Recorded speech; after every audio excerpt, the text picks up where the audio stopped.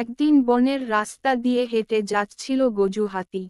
হঠাৎ রাস্তার পাশে দাঁড়িয়ে থাকা ছোট্ট টমি কুকুরটা ঘেউ ঘেউ করে উঠল।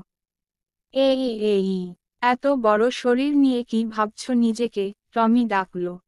গজু হেসে বলল, ভাবছি না কিছুই।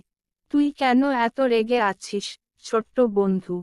তুমি আমাদের মতো ছোটদের পাত্তাই দাও না। সব বড়রা একরকম। টমির চোখে রাগ।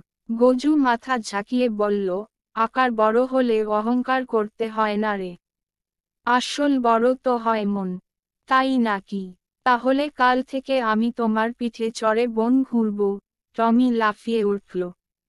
গজু মুচকি হেসে বলল, আয় রে, চল।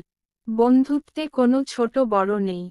টমি খুশিতে লেজ নাড়ল, আর গজু মাটিতে নরম করে হাঁটতে লাগলো, যাতে ছোট বন্ধুর একটুও দুলুনি না লাগে।